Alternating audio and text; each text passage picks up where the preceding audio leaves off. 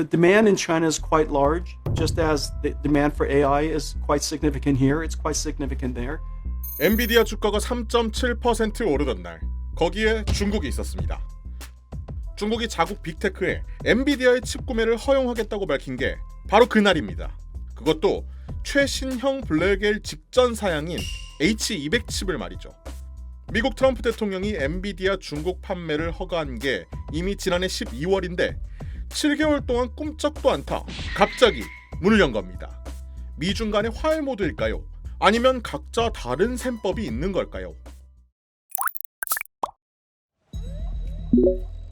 알리바바, 바이트댄스, 딥시크 같은 중국 AI 선두 기업들은 지금껏 중국 정부의 계획대로 화웨이 칩 같은 국산 AI 칩만 써왔습니다.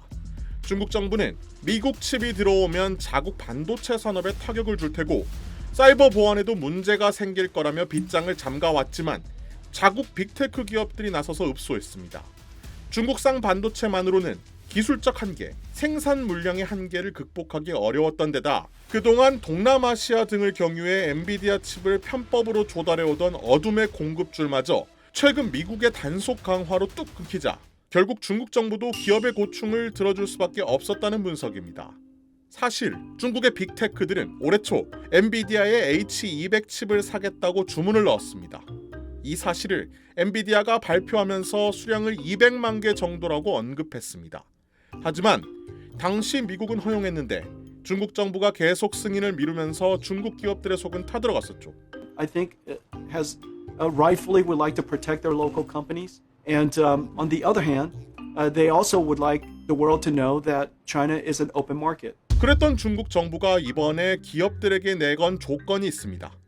H200 칩은 AI 모델의 학습용으로만 사용돼야 하고 추론용으로는 중국산 칩을 우선 사용해야 한다는 것.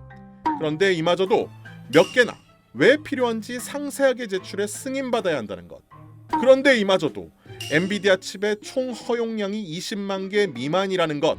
특히 이건 기업들이 주문했던 수량의 10분의 1 수준이라 효과가 어느 정도일지는 아직 미지수입니다. 다만 중국의 이번 결정은 꽤나 영리했다는 평가입니다.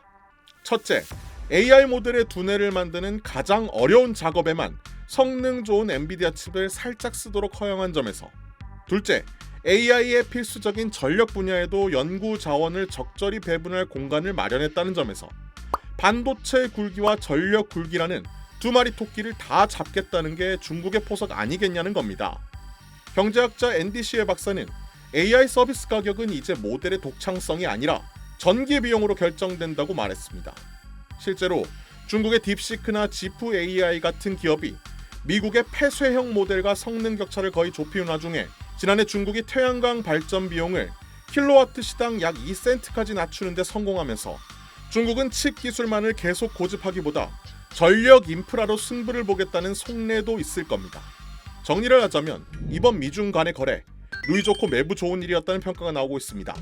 미국은 지금 중국이 사용을 승인한 H200 칩보다 성능이 좋은 블랙엘 등의 중국 수출은 철저히 제한하고 있습니다. 미국 입장에서는 최신 기술을 통제하면서 한 세대 지난 H200을 중국 시장에 팔 수 있고, 중국 입장에서는 기업의 요청에 숨통을 틔워준 묘한 타협이 이뤄진 셈입니다. 다만 중국의 이런 의외의 행보가 반도체 독립을 위한 일부 후퇴로 남을지 아니면 자국 기술에 한계가 있다는 자백이 될 것인지 지켜볼 일입니다.